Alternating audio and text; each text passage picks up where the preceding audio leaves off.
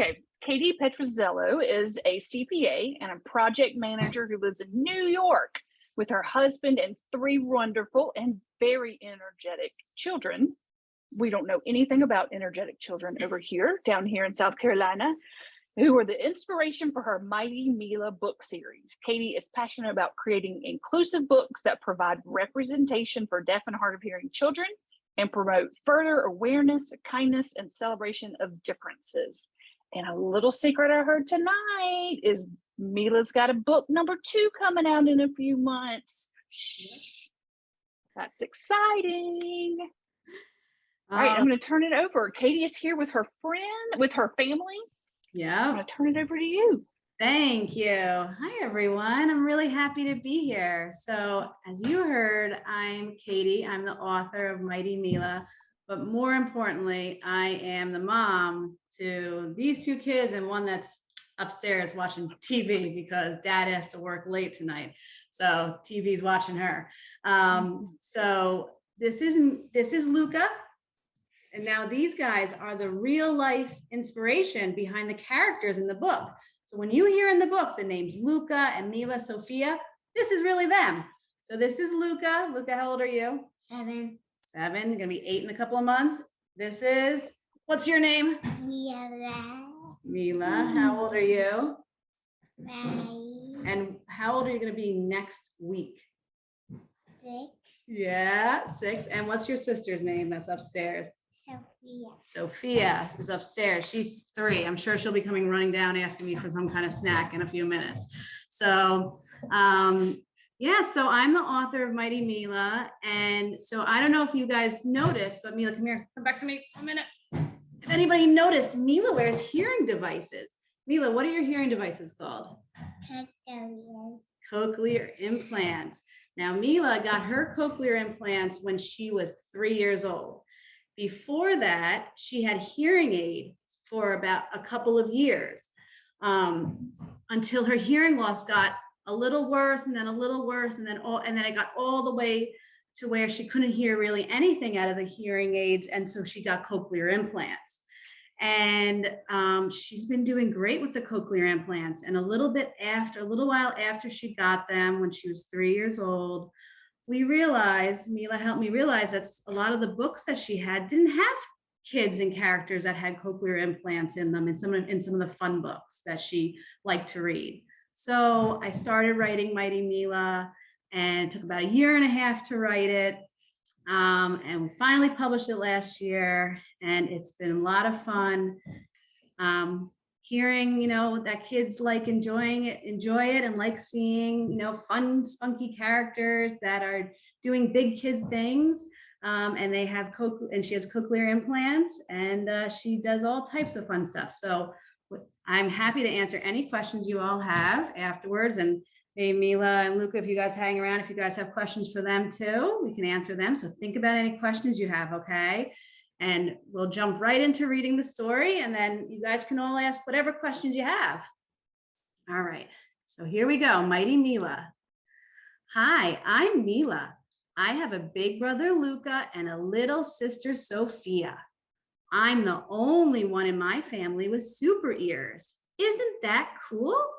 My ears needed some extra help, and my new cochlear implants help me hear all the big sounds and also the teeny tiny sounds. They're my special little hearing machines. I act pretty grown up for a kid. I can make my own bed, open bags of chips by myself, and even get the toothpaste from all the way at the bottom of the tube. But mommy and daddy still treat me like a little kid and say things like, Mila, eat your broccoli so you can grow big and strong. Or no, Mila, you can't wear your princess dress to school. Or their favorite, Mila, please just go to sleep. So I've decided to prove that I'm a big kid and I have a plan. From now on, I'll do everything all on my own, and I won't ask for help, not even once. First, I'll choose my own clothes. What do big kids wear? I take out all my clothes so I don't miss something perfect, like this fancy skirt. My pink headband looks pretty and does a great job holding my cochlear implants in place. I grab my sneakers, but I can't figure out how to tie the laces. So I find some tape and do it my own way. Perfect. I hurry to the kitchen to show off my outfit. Everyone is smiling. They can't believe how fabulously grown up I look. Now that I look like a big kid, I'll show them that I can eat like one too. Mommy and Daddy will be so impressed if I can make my own breakfast. Big kids can eat whatever they want. I'll have some pizza and cupcakes. I peek at Mommy. She doesn't look too happy. I guess I'll just have some cereal instead. The milk is heavy, but I pour it myself. I spill a little, but I use my sleeve to quickly clean it up before anyone sees. Phew. This cereal's delicious, and I love that I can hear the loud crunch it makes when I chew. Crunch, crunch, crunch. Now it's time to show everyone that I can play like a big kid too. Luca's hiding. He thinks I can't find him. Sometimes I need help, but today I'll find him myself. I search all over. I search high and I search low, but no Luca. I'm not giving up. I close my eyes and I listen. I can hear much better now that I have my cochlear implants. I listen to all the wonderful sounds, a bird chirping, an airplane overhead, and a very light squeak, squeak, squeak. What is that?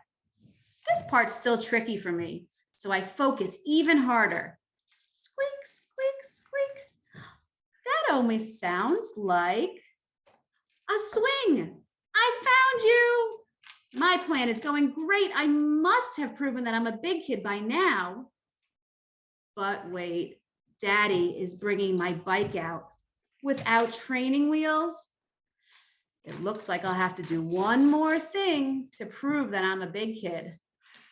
Mila, I'll help you learn to ride your bike, says Daddy. Oh no, I can't ask for help now. I have to act like a big kid. No, thanks, Daddy. I can do it myself. I put my helmet on carefully so I don't knock my cochlear implants off. I climb on my bike, push off, and splat. I try again and again. Yikes, this is harder than I thought. Why can't I do this? Maybe I'm not a big kid after all. Then I look at Luca, and you know what? He's asking Mommy to help him buckle his helmet. Maybe big kids do ask for help sometimes. Hey, everyone, I call out. Can you help me learn to ride? Mommy and Daddy hold me steady. Finally, they let me go, but I start to wobble. Pedal faster, I hear Luca yell. I listen, and then I'm riding on my own. I'm doing it. I am a big kid. Everyone runs over and gives me a huge hug. Good job, big girl, they cheer. And that was the very best thing I had heard all day.